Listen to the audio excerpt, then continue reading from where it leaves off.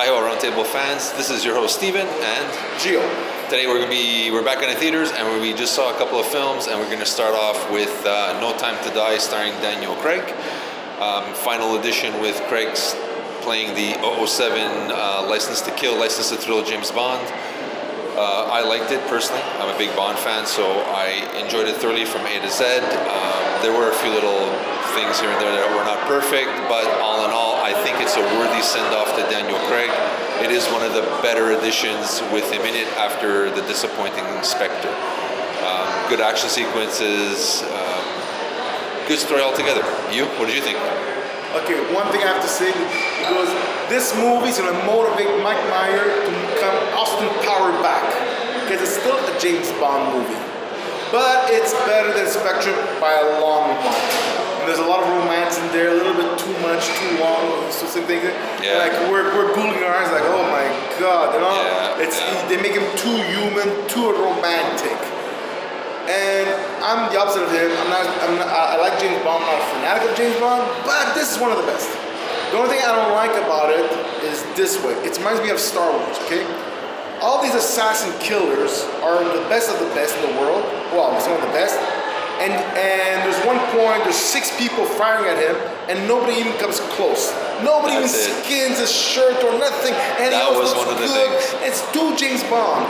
He walks around, people are shooting at him in the forest. Remember? Yeah. And he's just walking around saying, "You can't get me." I don't know about you, but I don't think he's the Flash. You know, or Spider-Man, he has Spider-Man 1. Yeah. And if you look, this is my opinion, look the way he walks at the beach when he came with the fishes. Yeah.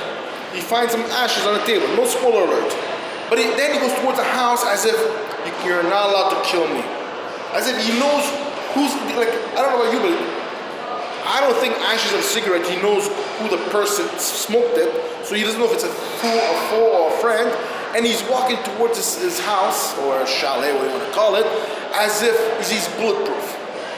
If I was me, because I'm a secret agent, man, I'll go low. I'll go hide behind the forest. I go there, bush. And then I'll see who's inside the house, if anybody's there. But he's like, oh no, I'm indestructible. No, I'm James Bond. And that's what I don't like about it. But overall, if they would take a little bit of that James Bond fight out, it would have been an amazing movie. And romance was not bad, because it's 3 hours. You know, it's almost 3 hours long, correct? But it passed. It passed well. Yes. I thought it went by really quickly. I agree with Gio that, you know, like you have all these guys, or these bad guys around the world, whether it's Spectre, whoever, that are the biggest and baddest bad guys ever.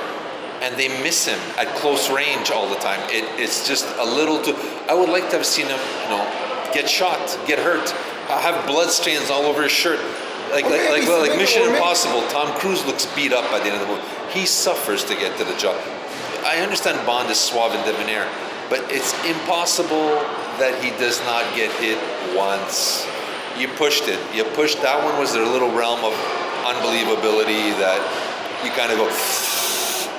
You know, over and all, it's a great story arc for him. Although I would have seen great ending for his character. He did a great story arc for him. It's great. I'm not going to tell you the ending. You need to see this one if you are a Bond fan. You need to see the ending for this. It's worth going to the theater. This is worth going to. The beautifully shot. The action sequences are done well. The beautiful locations.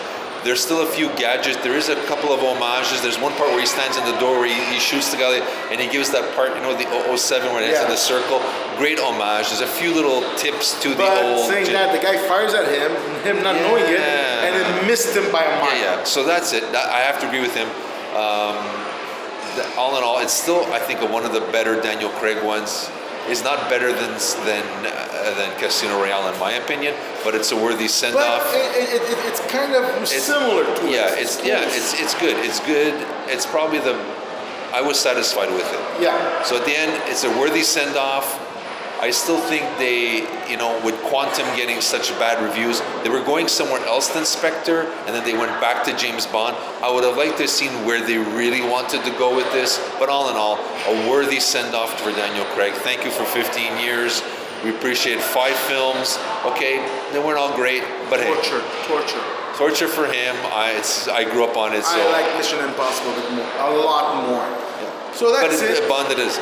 Although I still like No Time to Die, I say it's worthy to see it. So that's a roundtable. Thank you for your support. Hit the like button, subscribe.